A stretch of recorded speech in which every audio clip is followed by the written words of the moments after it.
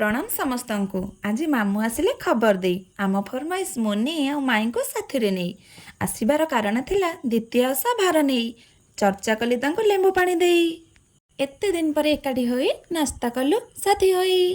एबे देखंतु ये होची मोनी जहाँ देखिले आपण हेजिबे ज्ञानी कहीं कहले एते कुनी पिलाटे हेई मध्य केमिति से चक्का आसन पके खुशी रे और शांति रे बसिक खाउची।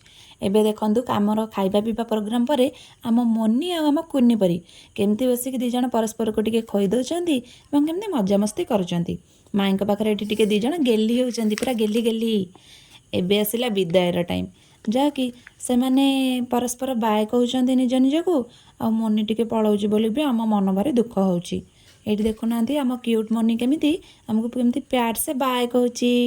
और रहिले मामू और माई तांको सहित मोर किपरि भाव में बॉन्डिंग सेटा मुझे आपको निश्चय भाव गोटे लंग वीडियो माध्यम जनइबी।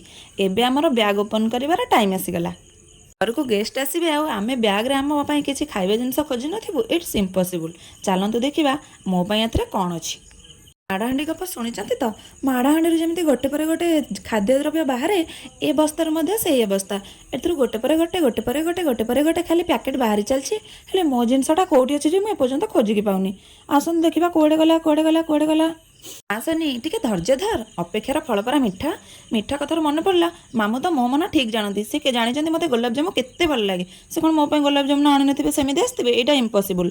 बहुत थर खाली शाढ़ी देखिए खुशी हो जाऊँ मो मिठा कहीं मुझे पाऊनी खोजिकी जमारू। ये देखुना आई मो केमती जोता पठेची पाइची पाइची मो जिनस को मुझे बेलकर खोजिक पाइली यही पर मोर मिठा मो मिठा आसीगला मु तो चलिए खाइबा रही। जय जगन्नाथ।